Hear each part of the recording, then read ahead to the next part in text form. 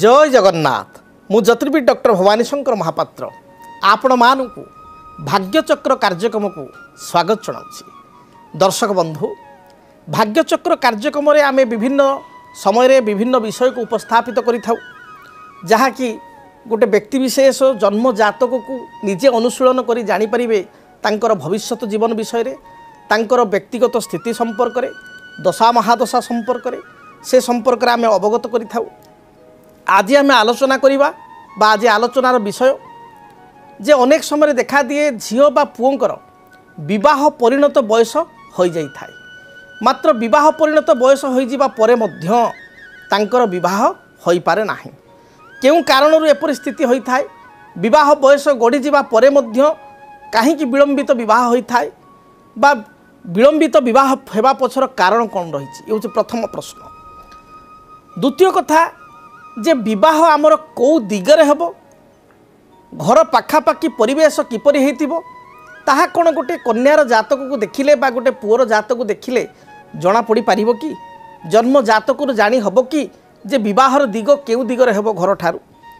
एवं विवाह किपरि परिस्थिति रे हेबो बा गोटे पात्रीर घर निकटरे बा गोटे बर पात्रीर घर निकटरे किभଳି परिवेश थिबो ए कथा जातक जना पड़ी पारिबो कि निश्चय जो माने जन्म जातक को विश्वास करती ज्योतिषशास्त्र को विश्वास करती से माने जानती जे जन्म जातक रे थिबा ग्रहंकर स्थिति बा ग्रहंकर दृष्टि एवं ग्रहंकर दशा ये बहुत बड़े संजोग सृष्टि करि थाए। से संजोग अनुजाई व्यक्ति विशेषर कर्म जीवन कर्मक्षेत्र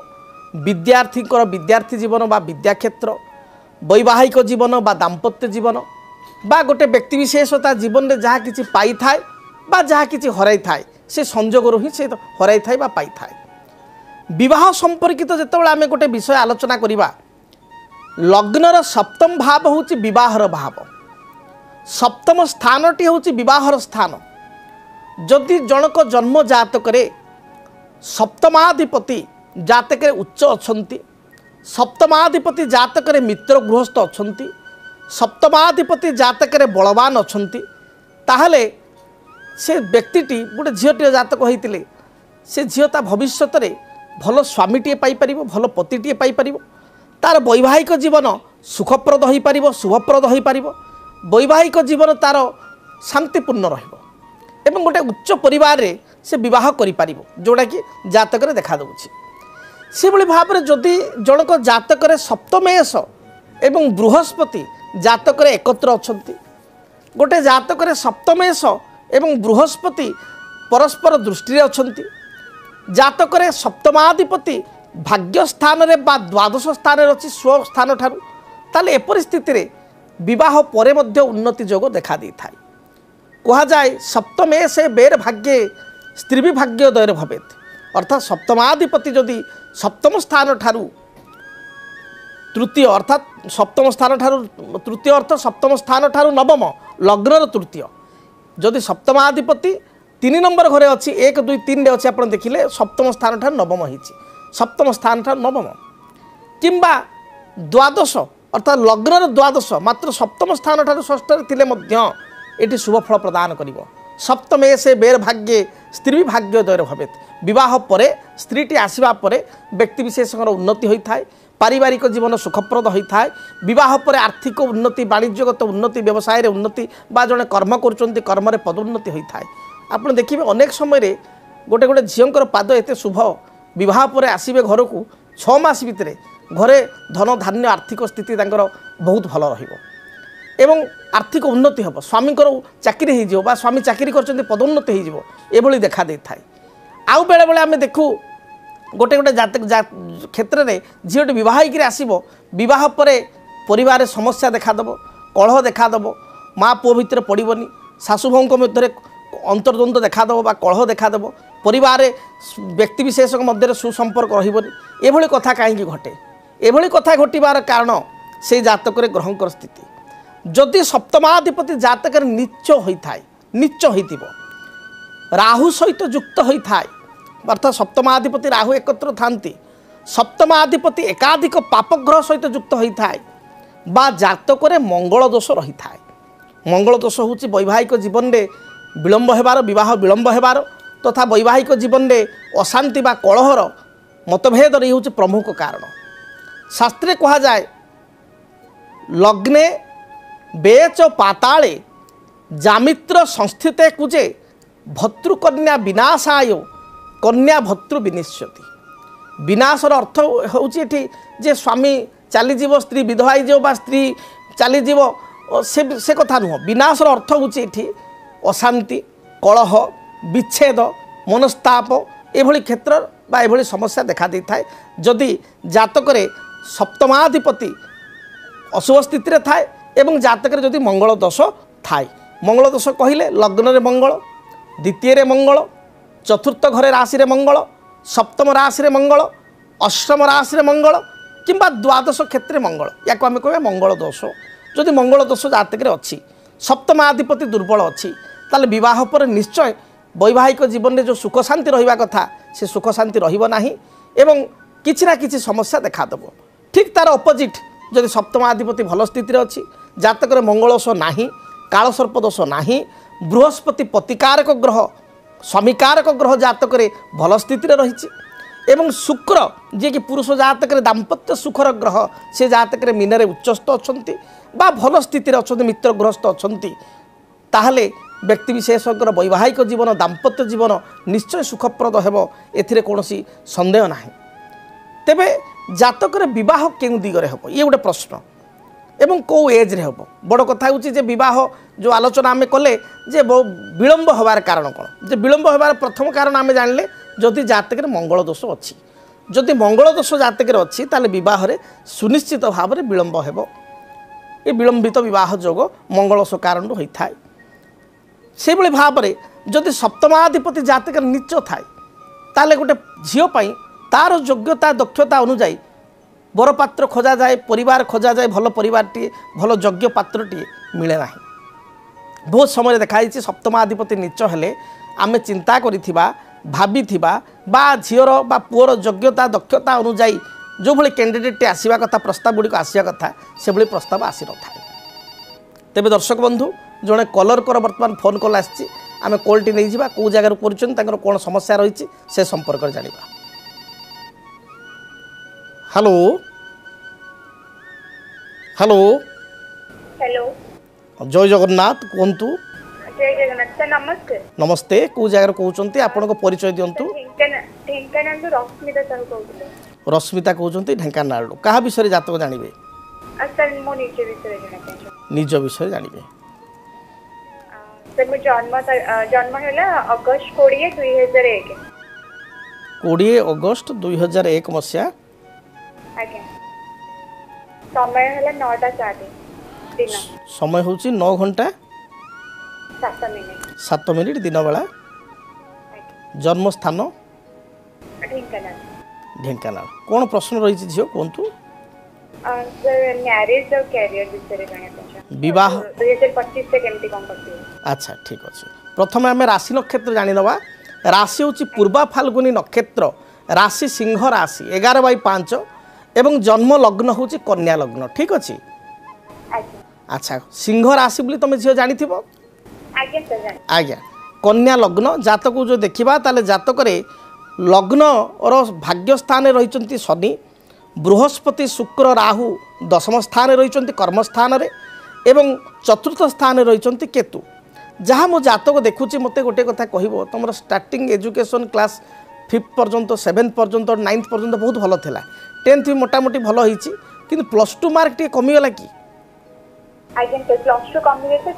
किंतु परवर्ती अवस्था तुम भल होती पुणी +2 पर भी भल कर पर्टिकुलर +2 टा कमीगला कौन पढ़ापढ़ी कल झील तुम। सर नो ग्रेजुएशन करे नर्सिंग करथली गवर्नमेंट रे। अच्छा बहुत भल कथा। एबे मीडिया डिजिटल मीडिया रे एबे डिजिटल मीडिया रे काई नर्सिंग रो काई तुम डाइवर्ट हो गेल मीडिया को कोन पई। सर एक्चुअली नर्सिंग तो एमती मो बात करथिलेटा कोरोना टाइम रे। अच्छा देन मोरो से लाइन रे इंटरेस्ट नथिला मीडिया लाइन रे रहिछि कारण दशम रे जेतु शुक्र रहिचंती तेणु शुक्र होउचंती कलार ग्रह तेणु मीडिया डिजिटल एथिरे तुम आग्रह रहिछि सेथिरे किछि काम करछ माने एडिटर अछो ना कंटेंट क्रिएटर ना कोन कोछ। Sir digital executive very good. तो जातक रे आमे देखिबा जे विवाह संपर्कित प्रश्न भी रहिछि एवं ଜାତକରେ କର୍ମକ୍ଷେତ୍ର କଥା ବି ରହିଛି ଜନ୍ମ ସମୟ ବେଳକୁ ଯଦି ଆମେ ଦେଖିବା ତାହେଲେ ଶୁକ୍ର ମହାଦଶାରେ ତୁମେ ଜନ୍ମଗ୍ରହଣ କରିଛ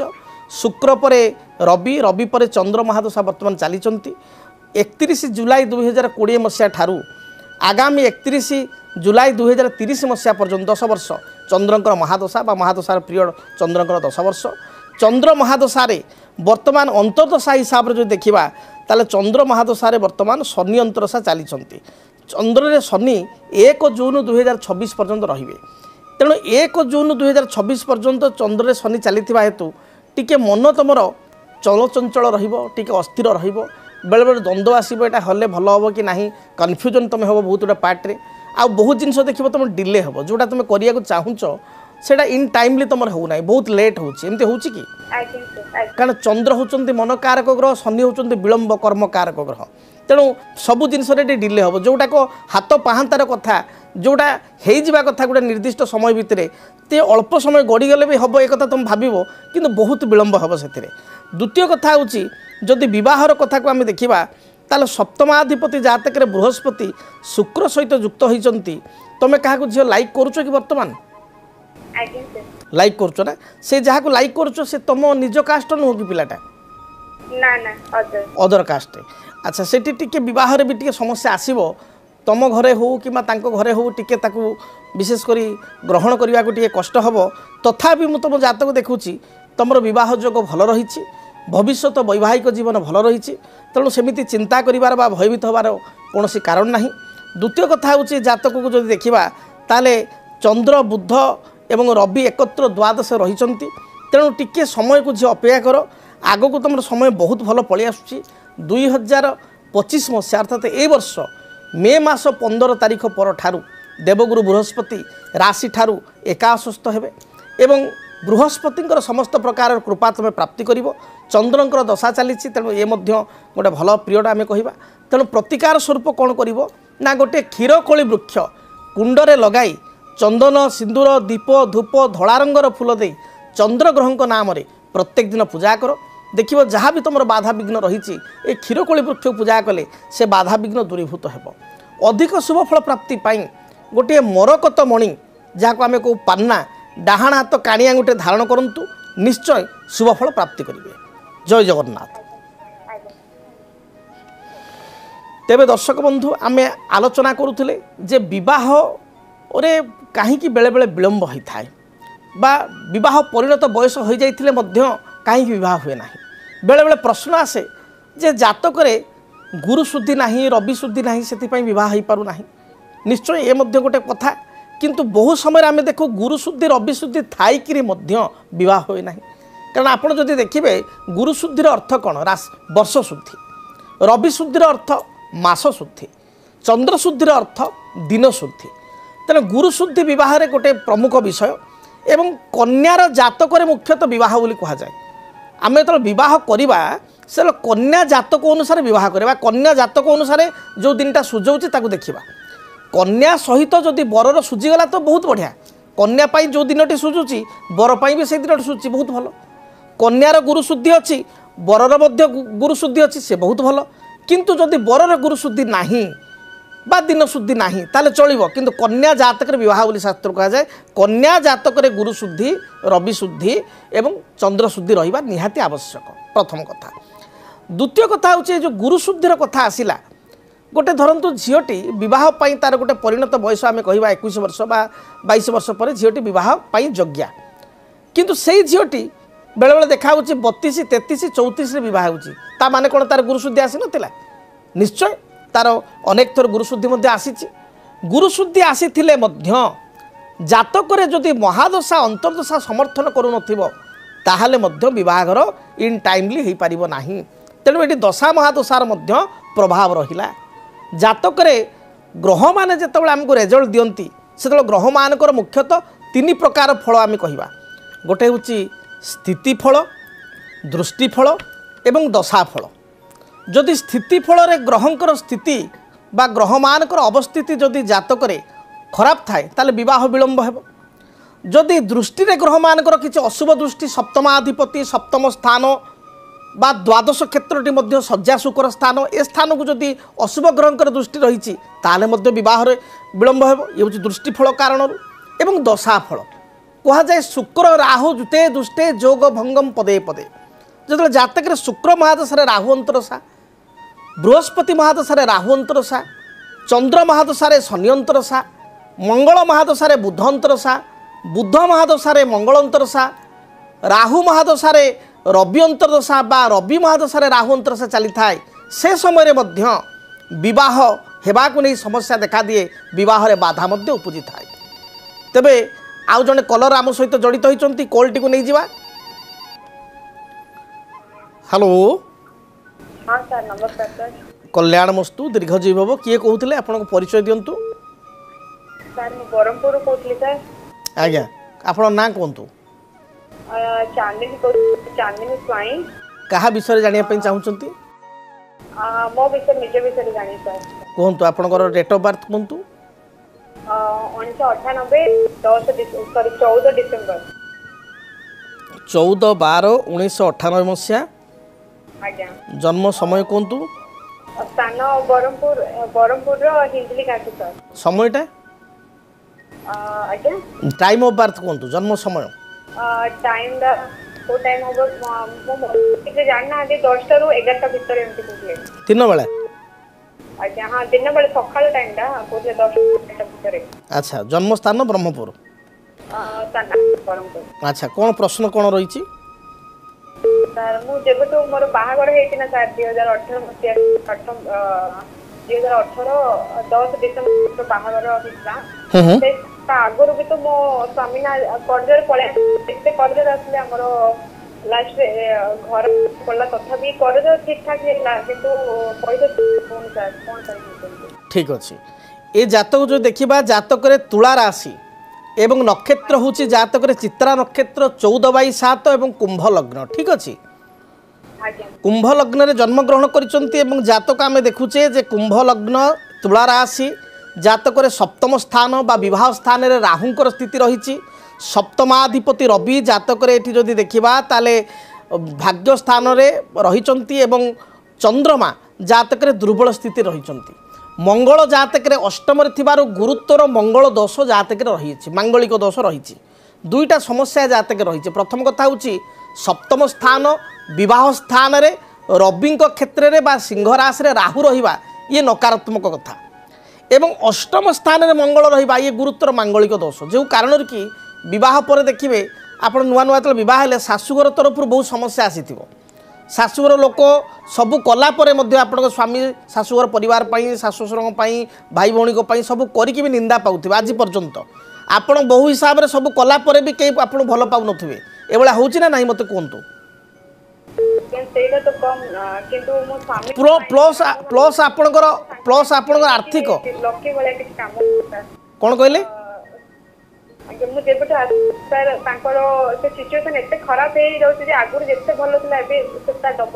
ना ना से आप निजक दायी भावतुनि आप जो कहते मो लकी नुह बोधे सेमती दायी भावतुनि आपण जातक ग्रह स्थिति से किसी बाधा हो तार प्रतिकार करूँ मो जो टाइम रे बाहा आइतले जो समय रे जन्म आइतले माने सेही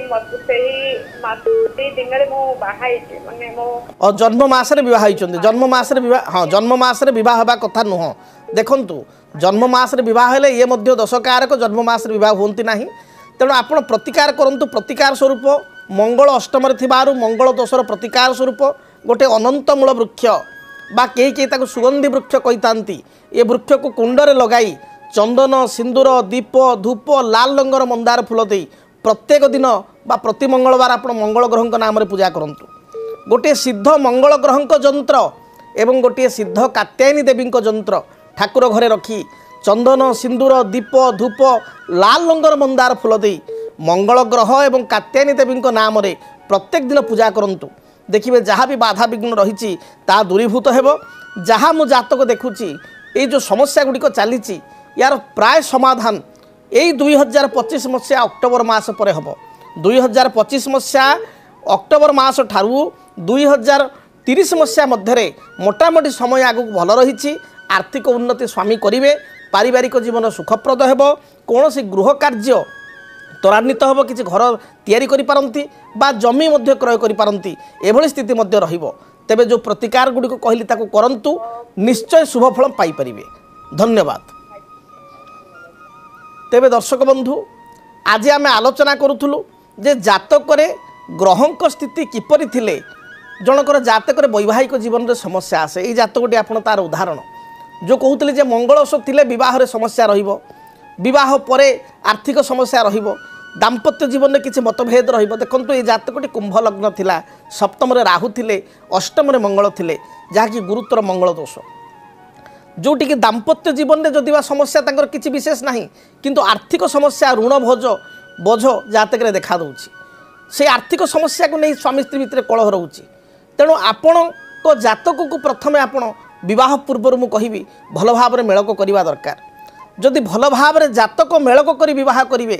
তাহলে জাতকরে থিবা অনেক গ্রহ দোষর খণ্ডন হয়ে পারিব। সে কহু কহু গোটে কথা কহিলে যে মোর জন্ম মাসরে বিবাহর হেলা, যে মাস জন্ম হয়েছিলি সেই মাসরে বিবাহর হেলা, ইহা বর্জনীয় শাস্ত্র অনুসারে। কেবে হেলে যে মাসরে জন্মগ্রহণ করিছন্তি সেই মাসরে কেবে হেলে বিবাহ করা বা সেই মাসরে সেই তিথিরে বিবাহ করা উচিত নুহ, এ বর্জনীয়। তেণু কিছুটা নীতি নিয়মকে মধ্যে আপনার মানিয়া পড়ব। যে কথা মু কহুଥିଲି যে বিবাহ বিলম্বর কারণ কোণ এবং তার প্রতিকার। বর্তমান প্রতিকার উপরক আসবা। যদি আপনার জন্ম জাতক রয়েছে বা আপনার নিজের জন্ম তারিখ সময় স্থান জাঁচান তাহলে আপনার জনে জ্যোতির্বিদ নিকটক যাই বা যদি মো নিকটক আসি আপনার দেখা করা চাহুন সাক্ষাৎ করি আপনার জন্ম সময় তারিখ স্থান দিয়ে জাতককে প্রস্তুত করি কোণ সমস্যা রয়েছে কেউ দশা কারণ বিবাহর বিলম্ব রয়েছে তার সমাধান কলে নিশ্চয় বিবাহ যে সময় তারিখ দিয়াযিব তারি মধ্যে আপনার বিবাহ হয়ে পারিব। কিংবা যদি আপনার জাতক জানি না আপনার যে মোর জাতক জনা না জন্ম সময় না বা মোর জাতক হি না তাহলে কোণ প্রতিকার করবি। লাল কিতাব হিসাବରେ ଏକ ଅମୋଘ ପ୍ରତିକାର କହୁଛି ଯେଉଁ ପ୍ରତିକାର କେବେ ହେଲେ ଖଣ୍ଡିତ ହୁଏ ନାହିଁ ସେ ପ୍ରତିକାର କରିବା ଦ୍ୱାରା ନିଶ୍ଚୟ ବିବାହ ହୁଏ। କ'ଣ ପ୍ରତିକାର କରିବେ? ଯଦି ବୟସଯୋଗ୍ୟ ବିବାହ ବୟସ ଗଡ଼ି ଯାଉଛି ବହୁତ ଦିନର ପ୍ରସ୍ତାବ ଆସୁଛି କିନ୍ତୁ ବିବାହ ଫାଇନାଲ ହେଉନି ଆପଣ କ'ଣ କରିବେ? ପ୍ରତ୍ୟେକ ପୂର୍ଣ୍ଣିମା ଦିନ ଏ କାର୍ଯ୍ୟ କରିବେ। ପୂର୍ଣ୍ଣିମା ଦିନ ସକାଳେ ସ୍ନାନ କର୍ମ ସମାପନ କରି ଗାଧୋଇ ସାରି ଦେବାଧିଦେବ ମହାଦେବଙ୍କୁ ଦର୍ଶନ କରିବେ। ମହାଦେବଙ୍କ ନିକଟରେ ଆପଣ କିଛି ଦୁଦୁରା ଫୁଲ ଅରଖ ଫୁଲ ଗୋତ୍ର ନାମରେ ବ୍ରାହ୍ମଣ ଦ୍ୱାରା ଲାଗି କରିବେ। ଶିବଲିଙ୍ଗରେ ଆପଣଙ୍କର ଅଳ୍ପ ଟିକେ କ୍ଷୀର କଦଳୀ ଏବଂ ନବାତକୁ ଭଲ ଭାବରେ ଘର୍ଷଣ କରିବେ। ସେ ଘର୍ଷଣକୁ ପାଦୁକ ରୂପରେ ଆପଣ ପାଇବେ। ଶିବ ମନ୍ଦିରରେ ଆପଣଙ୍କର ଦକ୍ଷିଣ ପାର୍ଶ୍ୱ ରହିଛନ୍ତି ଭଗବାନ ଗଣେଶ, ଗଣେଶଙ୍କୁ ଦର୍ଶନ କରିବେ। କୁମାର ବା କାର୍ତ୍ତିକ ତାଙ୍କୁ ଦର୍ଶନ କରିବେ। କୁମାରଙ୍କ ନିକଟରେ ବା କାର୍ତ୍ତିକ ଭଗବାନ ପଛପଟେ ଥାନ୍ତି ଶିବ ମନ୍ଦିର ବେଢ଼ାରେ, ତାଙ୍କ ପାଖରେ 7ଟି ବେଲପତ୍ର 7ଟି ମନ୍ଦାର ଫୁଲ ଅର୍ପଣ କରି ନିଜ ମନ ଦୁଃଖ ଜଣାଇବେ। ତାପରେ ଆପଣ ପୁଣି ଶିବ ମନ୍ଦିରକୁ ଅଧା ପରିକ୍ରମା କରନ୍ତି, ଅର୍ଦ୍ଧ ପରିକ୍ରମା ପୂର୍ଣ୍ଣ ପରିକ୍ରମା କରନ୍ତି ନାହିଁ। କାର୍ତ୍ତିକଙ୍କ ଠାରୁ ପୁଣି ଫେରି ଆସିବେ ମାଙ୍କ ପାଖକୁ। ଆପଣଙ୍କର ଉତ୍ତର ପାର୍ଶ୍ୱରେ ଥିବେ ମା ପାର୍ବତୀ, ତାଙ୍କ ପାଖରେ କିଛି ଲାଲ ଫୁଲ ସେଇ 7ଟି ଲାଲ ଫୁଲ 7ଟି ମନ୍ଦାର ଫୁଲ 7ଟି ବେଲପତ୍ର ଅର୍ପଣ କରି ପ୍ରଣାମ କରିବେ ଏବଂ ତାପରେ ଶିବ ମନ୍ଦିରକୁ ପ୍ରବେଶ କରିବେ, ଶିବଙ୍କ ପାଖରେ ପୂଜା କରିବେ ଏବଂ ଆପଣ ଗୃହକୁ ଆସିବେ। ସନ୍ଧ୍ୟା ସମୟରେ ଗୋଟିଏ ଅଚୁକ ପ୍ରତିକାର କହିବି। ଏହି ଦିନ ପୂର୍ଣ୍ଣମୀ ଦିନ ଆପଣ ଯେତେବେଳେ ଆକାଶରେ ଚନ୍ଦ୍ର ଥିବେ, ପୁରା ଚନ୍ଦ୍ର 7ଟା ବା 6:30 7ଟା ବା 8ଟା ବେଳକୁ ପୂର୍ଣ୍ଣ ଚନ୍ଦ୍ର ଥିବେ ଆକାଶରେ, ସେହି ସମୟରେ କିଛି ସର୍ଫ ପାଣି ବା କିଛି ସାବୁନ ପାଣି କରି ଆପଣ ଛାତ ଉପରକୁ ଯିବେ ବା ଘର ଅଗଣାରେ ଆପଣ ଯେଉଁଠି ଚନ୍ଦ୍ର ଦେଖାଯାଉଥିବ ଭଲ ଭାବରେ ସେଇଠି ସ୍ଥାନକୁ ଯିବେ। ଗୋଟେ ଫୁଟୁକାଣି ସାହାଯ୍ୟରେ ଚନ୍ଦ୍ରଙ୍କୁ ଲକ୍ଷ୍ୟ କରି ଫୁଟୁକାଣି କିଛି କରିବେ। ଚନ୍ଦ୍ରଙ୍କୁ ଆଡ଼କୁ ଲକ୍ଷ୍ୟ କରି ଚନ୍ଦ୍ରଙ୍କୁ ଫୁଟୁକାଣି ଆକାରରେ କିଛି ଫୁଟୁକାଣି କରିବେ ଏବଂ ମନ ମଧ୍ୟରେ ଭାବିବେ ଯେ ମୋର ବିବାହ ଯଥାଶୀଘ୍ର ହୋଇଯାଉ। ହେ ଚନ୍ଦ୍ରଦେବ, ଆପଣଙ୍କ ଭଳି ଗୋଟେ ଉତ୍ତମ ପତି ବା ସୁନ୍ଦର ପତି ମୋତେ ପ୍ରାପ୍ତି ହୁଅନ୍ତୁ। ଏକଥା ଆପଣ ଚିନ୍ତା କରିକି ଚନ୍ଦ୍ରଙ୍କୁ ଉପାସନା କରିବେ ବା ମନ ଭିତରେ ପ୍ରାର୍ଥନା କରିବେ। ଦେଖିବେ ନିଶ୍ଚୟ ଆପଣ କିଛିଟା ପୂର୍ଣ୍ଣମୀ ଅତି କମ୍ରେ ଆପଣ 7-8ଟା ପୂର୍ଣ୍ଣମୀ କରିବା ମଧ୍ୟରେ ପ୍ରତ୍ୟେକ ମାସରେ ଗୋଟେ ପୂର୍ଣ୍ଣମୀ ପଡ଼ିବ। 7-8ଟା ପୂର୍ଣ୍ଣମୀ କରିବା ମଧ୍ୟରେ କେଉଁ ସ୍ଥାନରେ ଆପଣଙ୍କ ବିବାହ ପ୍ରସ୍ତାବ ସ୍ଥିର ହେବ ଏବଂ ବିବାହ ମଧ୍ୟ ଆପଣଙ୍କର ହୋଇଯିବ। ଏବଂ ଆଉ ଏକ ପ୍ରତିକାର ହେଉଛି ଆପଣ ଗୌରୀ ଶଙ୍କରଙ୍କର ବ୍ରତ ଶିବ ଅର୍ଥାତ୍ ଶିବ ପାର୍ବତୀଙ୍କର ବ୍ରତ ଆପଣ ପ୍ରତ୍ୟେକ ସୋମବାର ଦିନ କରନ୍ତୁ। ଦେଖିବେ ଯାହା ବି ବାଧା ବିଘ୍ନ ରହୁଛି ବିବାହରେ ବିଳମ୍ବ ରହୁଛି ତାହା ଦୂରୀଭୂତ ହେବ। ସେହିଭଳି ବ୍ରହ୍ମଜ୍ୟେଷ୍ଠି ବୃକ୍ଷ ଯାହାକୁ ଆମେ କହୁ ଗାଁ ଗହଳିରେ ବ୍ରାହ୍ମଣ ଝାଟିଆ, ସେ ବୃକ୍ଷକୁ କୁଣ୍ଡରେ ଲଗାଇ ଚନ୍ଦନ ସିନ୍ଦୁର ଦୀପ ଧୂପ ଏବଂ ହଳଦୀ ରଙ୍ଗର ଫୁଲ ଦେଇ ଆପଣ ବ୍ରହ୍ମଜ୍ୟେଷ୍ଠି ବୃକ୍ଷକୁ ପୂଜା କରନ୍ତୁ। ଦେଖିବେ ନିଶ୍ଚୟ ଯଦି ବିବାହରେ ବିଳମ୍ବ ହେଉଛି ତାହା ମଧ୍ୟ ଦୂରୀଭୂତ ହେବ। ତେବେ ବିବାହରେ ବିଳମ୍ବିତ ହେଉଥିଲେ ବା ବିବାହ ଯୋଗ କାହିଁକି ବିଳମ୍ବ ହେଉଛି ତାହାର ସମାଧାନ ପାଇଁ ଆପଣ ଜ୍ୟୋତିଷୀୟ ପରାମର୍ଶ କରନ୍ତୁ, ଜାତକକୁ ଗଣନା କରନ୍ତୁ, ଜାତକ ତର୍ଜମା କରନ୍ତୁ। ନିଶ୍ଚୟ ଜାତକରେ କିଛି ବାଧାବିଘ୍ନ ଥିବ, ସେ ବାଧାବିଘ୍ନର ପ୍ରତିକାର କଲେ, ଉପଚାର କଲେ ଆପଣଙ୍କ ବିଳମ୍ବିତ ବିବାହର ଦୋଷ ଖଣ୍ଡନ ହୋଇପାରିବ ଏବଂ ଆପଣ ବିବାହ କରିପାରିବେ। ତେବେ ଦର୍ଶକ ବନ୍ଧୁ, ସମୟ ଇସାରା ଦେଲାଣି, କାର୍ଯ୍ୟକ୍ରମକୁ ରଖିବା ପାଇଁ ପଡ଼ିବ। ଆପଣଙ୍କ ପାଇଁ ଦିନଟି ଶୁଭପ୍ରଦ ହେଉ। ମହାପ୍ରଭୁ ଆପଣଙ୍କୁ ଘଣ୍ଟ ଘୋଡ଼େଇ ରଖନ୍ତୁ। ଆପଣଙ୍କ ଜୀବନରେ ଥିବା ସମସ୍ତ ବାଧା ବିଘ୍ନ କଷ୍ଟ ଦାରିଦ୍ରତା ଦୂରୀଭୂତ ହେଉ। ରହୁଛି। ଜୟ ଜଗନ୍ନାଥ। जदि आपणक जीवन में व्यक्तिगत पारिवारिक समस्या, कर्मक्षेत्र नियुक्ति, वैवाहिक समस्या, वास्तुदोष एवं माली मकदमा आदि समस्या थाए ताहेले समस्यार समाधान और परामर्श पाई आमको जोगाजोग करंतु। ज्योतिर्विद doctor Bhabani Shankar Mahapatra, Budheswari colony, plot number 26, Bhubaneswar. Phone number 9776833302 9439444924। आमर वेबसाइट www.srijagannathastro.com। डीटीवी ओडिया देखिवा पाई सब्सक्राइब करंतु एवं बेल आइकन को मध्य दबाई दियंतु।